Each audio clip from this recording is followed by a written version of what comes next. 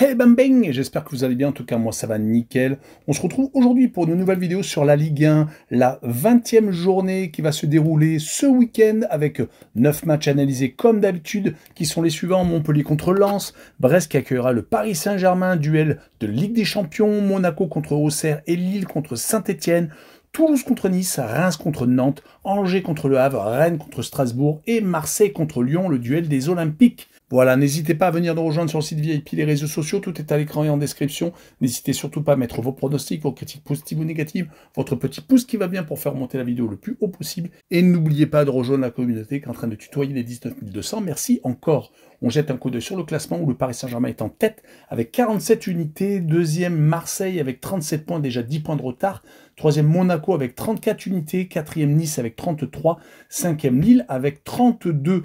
En fin de classement, Rennes est pour l'instant barragiste avec 17 points, donc 16e, 17e Montpellier avec 15 unités et 18e et dernier Le Havre avec 13 points seulement. Et on commence avec Lens qui se déplace à Montpellier, le 7e, qui va chez le 17e. Les Héroltais viennent de gagner leurs deux derniers matchs un peu contre toute attente, surtout que c'était contre Monaco la première rencontre, et une victoire 2-1 à Toulouse. À chaque fois, ils étaient menés au score et à chaque fois, on renversait la situation. Peut-être que Gasset, qui a remplacé Derzakarian il y a quelques mois, est en train enfin de trouver la bonne formule. En tout cas, ils ne sont plus lanterne rouge, ils viennent de passer devant Le Havre. Ils vont jouer contre Lens, qui de son côté vient de remporter un succès très important contre Angers. Ça leur permet donc de rester au contact des 6 premiers. Ils sont actuellement 7e à égalité avec Lyon. Ils ont gagné 2 de leurs 3 derniers matchs, contre Le Havre et contre Angers. Donc, ils avaient perdu au milieu contre le Paris Saint-Germain, mais s'étaient inclinés en toute fin de rencontre. Mais cela reste encore très fragile, surtout à l'extérieur où Montpellier est capable de renverser donc les montagnes. Sur cette rencontre, je verrais bien un match nul, un but partout, avec les deux équipes qui marquent, une cote à 1,61. Et on poursuit avec Brest contre le Paris Saint-Germain, deux équipes qui participent actuellement à la C1. Les deux équipes sont déjà qualifiées pour les barrages de ces huitièmes de finale de cette épreuve prestigieuse. C'était hier soir, les Parisiens ont étrillé les Allemands de Stuttgart 4-1 avec un triplé de Dembélé et un très bon match de Barcola qui a marqué un but et qui a fait une passe décisive à son coéquipier international. En tout cas, les Parisiens enchaînent les très bonnes performances, même si le week-end dernier, ils ont fait match nul contre Reims, mais c'est de l'anecdote car ils ont toujours 10 points d'avance sur Marseille qui a été battu à Nice. En tout cas, sur les 10 dernières rencontres, c'est vraiment très intéressant. C'est 8 victoires et 2 partages de points. Ils sont encore qualifiés en Coupe de France et ils ont donc beaucoup d'avance en Ligue 1 et sont donc maintenant qualifiés pour les barrages de ces huitièmes de finale où ils vont rencontrer d'ailleurs ou Brest ou Monaco. Le tirage au sort aura lieu demain. Du côté des Brestois, 2 défaites sur les 5 dernières rencontres. C'était à chaque fois en Ligue des Champions contre le Shakhtar Donetsk et contre le Real de Madrid. Mais ils avaient fait l'essentiel, restant dans les places qualificatives pour les barrages. Ils sont en Ligue 1 beaucoup mieux. Ils sont actuellement 8e, ont recollé à Lens et à Lyon. Ils ont gagné 4 de leurs 5 derniers matchs contre Nantes, Lyon justement, Rennes et au Havre. Ils restent même sur 2 victoires consécutives. Mais cela va peut-être être assez compliqué contre une équipe qui est en pleine forme, surtout offensive, après 2 matchs en Champions League réussis. Je verrai une défaite courte, 2-1 contre les leaders du championnat, avec la double chance N2 et plus de 2,5 buts sur le match et une cote 1,74. Et on poursuit avec Monaco contre Auxerre. Les Monégasques sont 3e contre les Auxerrois 11e. Monaco vient de perdre une fois de plus à l'Inter de Milan. Mais une fois de plus, ils ont été réduits à 10 comme contre Benfica. Et cela a eu la conséquence de prendre 3 buts sur cette rencontre. Ils s'étaient pourtant redressés avec une victoire contre Aston Villa en C1 et une victoire 3-2 contre les Rennais qui sont en grande difficulté. Monaco a eu quelques ratés comme ces derniers temps avec une élimination Coupe de France contre Reims au pénalty, une défaite chez la Lanterne Rouge qui ne l'est plus maintenant, mais on va y revenir à Montpellier et donc cette grosse défaite contre l'Inter de Milan. En tout cas, ils sont toujours 3e, sont revenus à 3 points de Marseille, dont rien n'est perdu. Par contre, ils vont jouer contre des Auxerrois qui sont en train de rentrer dans le rang, qui sont malheureusement en train de redescendre légèrement, avec maintenant que 6 points d'avance sur le barragiste, car ils enchaînent les matchs sans victoire depuis leur succès à Marseille et la victoire contre Angers, où ils avaient émerveillé le football français. Ils sont sur 8 matchs consécutifs sans victoire, avec des matchs nuls à la maison qui montrent quand même que c'est une équipe de valeur, avec des partages de points contre le Paris Saint-Germain, Lens, Lille ou Saint-Etienne, mais des défaites en Coupe de France contre Dunkerque, un des membres du top 4 en Ligue 2, et des défaites à l'extérieur à Strasbourg et à Angers ou à Toulouse. Sur cette rencontre, je verrai quand même Monaco s'imposer 2-0 et je verrai la combinaison double chance 1N et moins de 3,5 buts sur le match avec une cote à 1,89.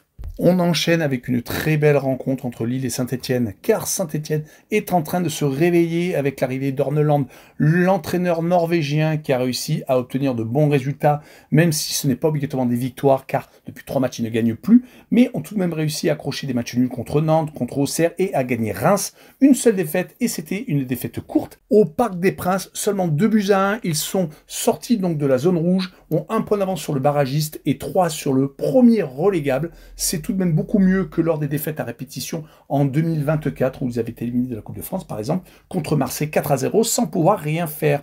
Ils vont jouer contre des Lillois par contre et se déplacer chez une équipe qui a gagné 6-1 le dernier match de Ligue des Champions contre le Feyenoord Rotterdam. C'est la seule française qui vient de se qualifier directement pour les huitièmes de finale, un exploit. Ils avaient pourtant perdu leurs 2 derniers matchs à Liverpool de justesse 2-1 et surtout à Strasbourg se faisant retourner après avoir mené 1-0. En tout cas, actuellement, ils sont 5e du championnat à seulement 5 points du 2e et 2 du 3e, donc du podium. Et vu l'efficacité qu'ils ont montré contre les Bataves, je les vois tout de même s'imposer sur le score de 2-1.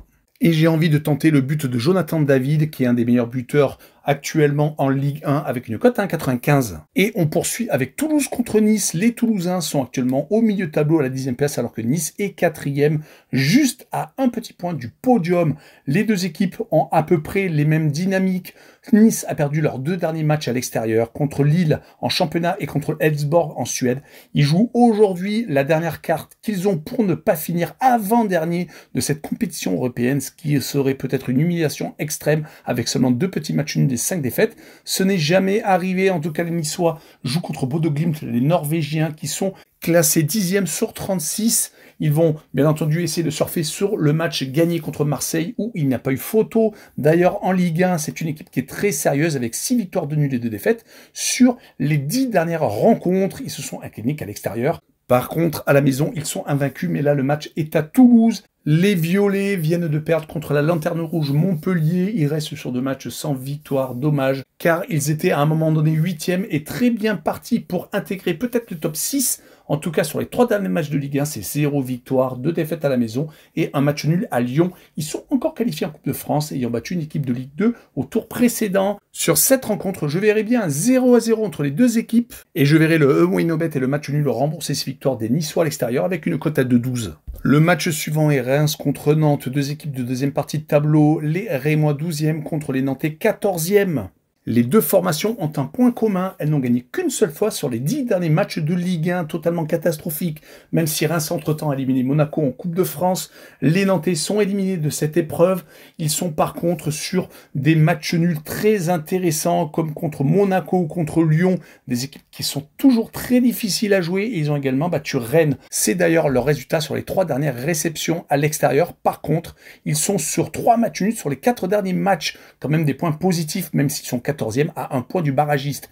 Du côté des Rémois, par contre, comme je vous l'ai dit, une seule victoire, c'était à l'extérieur en plus contre Le Havre, sinon à la maison. Ils enchaînent les matchs nuls et les défaites. Il faut remonter une réception de Montpellier le 6 octobre pour trouver trace d'un succès, sinon des défaites contre Brest, Lens et Nice, et des matchs nuls contre Lyon, Monaco et Le Havre. Je verrai donc sur cette rencontre un match nul, un but partout, et je verrai le Omnobet et le match nul rembourser ses victoires de Reims à la maison avec une cote à 1,81. Et on poursuit avec Angers contre Nantes, 2 équipes qui sont malheureusement en difficulté. Les Angevins sont 13e avec 5 points d'avance sur le barragiste, alors que le Havre vient de passer dernier. Ce qui est normal après leur résultat vraiment très décevant. Une élimination Coupe de France contre le club de National 2. Le dernier succès remonte à un déplacement à Nantes le 24 novembre. Depuis, ils n'ont fait plus qu'un seul petit match nul en Ligue 1. C'était à l'extérieur à Reims, mais c'est que des défaites ensuite, beaucoup à la maison. On pourra tout de même remarquer qu'à l'extérieur, ils arrivent des fois à arracher quelques points, voire quelques victoires. C'était surtout en début d'exercice, ou alors, comme je vous l'ai dit, contre Nantes, le dernier succès. Du côté d'Angers, par contre, une rechute contre Lens ce week-end, mais sinon de très très bons résultats ces derniers temps. Des victoires contre Auxerre, Montpellier, Brest, une qualification Coupe de France. Donc il n'y a rien à jeter, surtout qu'ils vont recevoir le Havre. Je vois une victoire des Angevins 2-0, avec le droit au no-bet et le pari remboursé 6 matchs nuls et une cote à 1,43. On poursuit avec Rennes contre Strasbourg. Les Rennais vont rechanger d'entraîneur. Sampaoli vient d'être remercié Mais vu les résultats catastrophiques de l'entraîneur argentin, c'est tout à fait normal. Ils sont maintenant barragistes. On ne s'attendait pas du tout à voir Rennes dans cette position en tout début de saison. Une élimination sans gloire chez un club de Ligue 2 3 et des défaites à répétition. Depuis une qualification à Bordeaux en Coupe de France le 22 décembre, ils n'ont connu que la défaite, 5 exactement contre Nice, Marseille, 3 comme je vous l'ai dit, Brest et Monaco, avec beaucoup de buts encaissés. Ils en sont à 11 sur cette période et malheureusement ils répondent des fois trop tard comme sur le Rocher. Surtout qu'ils vont recevoir une équipe de Strasbourg qui est en pleine forme, qui est en train de remonter au classement, qui n'est plus qu'à 3 points des places européennes, occupée par Lyon qui est 6e. Ils ont gagné Lille après avoir été menés au score. Ils ont renversé la situation. Également contre Marseille, ils ont fait une très belle rencontre, obtenant le match nul. Et comme ils arrivent à avoir de la réussite en plus, ils ont réussi à se qualifier au pénalty contre une équipe amateur en Coupe de France. En tout cas, ils sont invaincus depuis 8 rencontres, toutes compétitions confondues, après une grosse période difficile où ils ont perdu 4 fois consécutivement. À l'extérieur, ils s'en sortent avec 3 victoires et 2 partages de points sur les 5 derniers matchs, toutes compétitions confondues.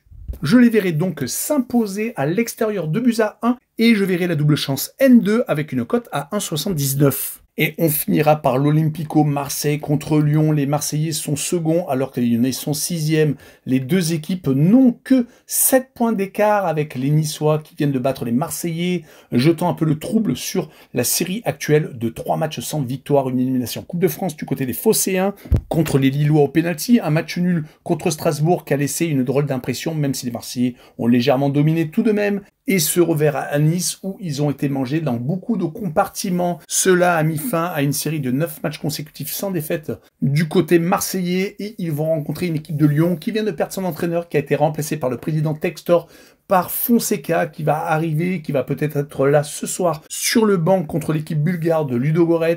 Il sera, quoi qu'il arrive, présent ce week-end. Il va essayer de sortir Lyon de sa torpeur qui a été éliminé de la Coupe de France par une équipe de National 3 au penalty, qui reste sur 3 matchs consécutifs sans victoire en Ligue 1, une défaite à Brest, un match nul contre Toulouse et un match nul encore contre Nantes, qui a eu donc raison de l'entraîneur Pierre Sage. Leur dernier succès remonte à une réception de Montpellier assez compliquée le 4 janvier, mais rien n'est encore terminé car ils sont très bien placés pour se qualifier directement pour les 8e de finale de la C3. Ils sont encore très peu éloignés des places de C1, ils ne sont qu'à 4 points de Monaco qui est pour l'instant sur le podium.